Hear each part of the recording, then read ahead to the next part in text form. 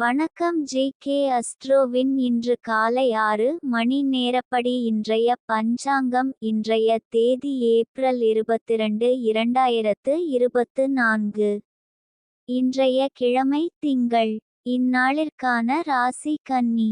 இந்நாளிற்கான நட்சத்திரம் ஹஸ்தம் 2ஆம் பாதம். இன்றைய திதி சதுர்த்தசி. இன்றைய யோகம் ஹர்ஷன். இன்றைய கரணம் கரஜை. இன்றைய ராசி கும்பம் ராசிக்கு சந்திராஷ்டம ராசியாகும். கன்னி ராசியின் இன்றைய திதி சூன்ய ராசிகள்: மிதுனம், கன்னி, மீனம், தனுசு.